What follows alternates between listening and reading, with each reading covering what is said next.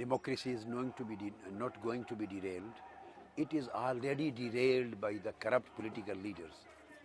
We want to put democracy on right track, and we want to put democracy in place in its true letter and spirit.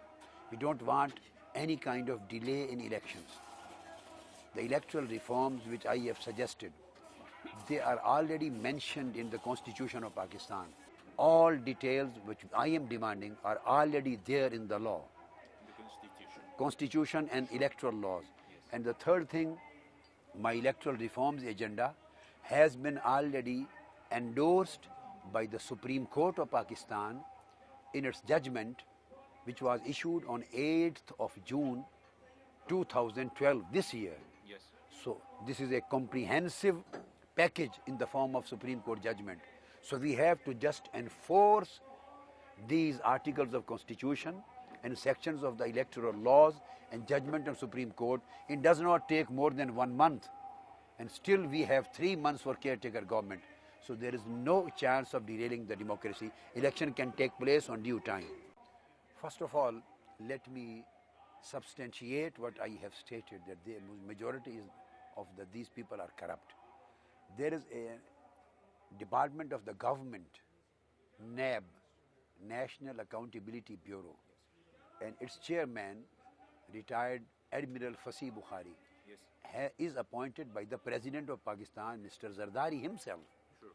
He has stated in his press conference, and he has issued his official NAB statement, that 10 to 12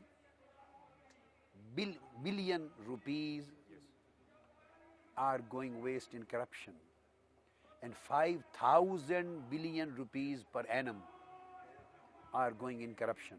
So these are the facts and figures given by the government department.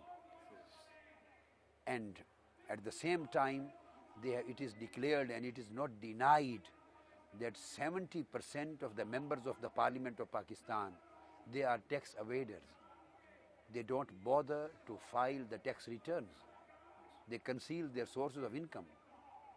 So the corruption, nobody can deny this reality. So this march and movement is anti-corruption, to eradicate our society from corruption. And this is need of the whole Muslim world and whole third world and developing Muslim countries. We have to get rid of corruption and corrupt leaders. We have to get rid of tax evaders and lawbreakers. This is why we have started this struggle as a Tahrir Square in Pakistan. I don't think somebody else will gain, because somebody else has no intentions to take over the power. They have lost a lot of their reputation because of past experiences, and they in fact are not specialists of controlling the civil society. They are not trained for it. When I say revolution, we should keep in your mind, in Egypt, in Tunis, in Libya and all these countries, there was military dictatorship for years and years, for a long time. sure, And the people stood up against that. sure, In Iran, there was a monarchical rule of Shahnshah. The people stood up against that.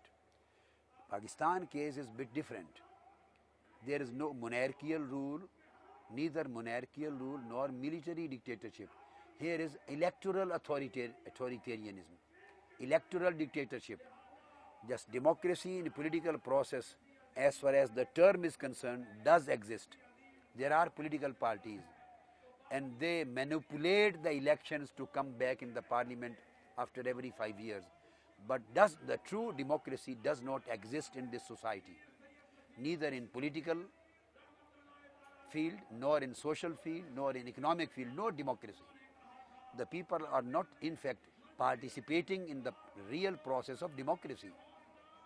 They are not getting the jobs, they are not getting the rule of law, they are not getting the protection of their life. There is no protection of their wealth and business. There is target killings. The people are being kidnapped. You know, there are last 4 days, 125 dead bodies were sitting there without burial. No chief minister was there, no provincial government was there, no member assembly was there, and even prime minister arrived there 4 days later. So this is a lawlessness, total chaos and anarchy in this country. Government is total dysfunctional. So this is the single nation, single country in whole Muslim world having nuclear capability. And if the same situation continues, that would be a very big disaster if we could come to the level of collapse. So we have to put democracy on its right track. We have to stabilize the society on true basis of constitution and law. This movement is for. We have to stand up. The people have stand up for their rights. People want a peaceful society. I don't think they would be able. I know thousands of the commandos they have got from the government of Punjab. Shehbaz Sharif has sent thousands of commandos this night. They have already made an attempt the first night when we arrived over here, and they were defeated. Our security guards and ladies came in front of them, and they ran away. They ran away. I know, and I'm telling you tonight, thousands of commandos have been sent from the government of Punjab, and they have arranged from the capital too. They are thinking of a joint venture, but hundreds of thousands of people are sitting here. Although they are unarmed, they are peaceful, they don't have any weapons, but still hundreds of thousands of people, in spite of being peaceful, they are enough to stop this kind of terroristic attacks by the government. Simple answer. Who funded the revolution of the Ikhwan and the people in Egypt? Who funded them? Who funded the people in Libya? Who funded the people in Tunis? These are the people. Who funded the people in Iran? Very old days. When the people get up for revolution, they give their lives as sacrifice. What to talk about the money? Every single poor person is selling his we sold, we gave, I myself, my wives, my children, my daughters, my daughter-in-law, all of them, our family gave their part of their jewelries.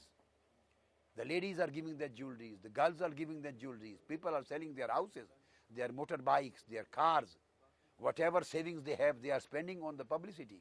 They are doing everything for this purpose. Can you tell me a single day when there is no crisis in Pakistan, when there is no target killing, when there is no bomb terrorist attacks, when there is no kidnappings? Every single day is day of crisis in the history of Pakistan because of inability and incompetency of these rulers. My coming here, this is a false accusation. I totally reject it, I totally rebut it, refute it.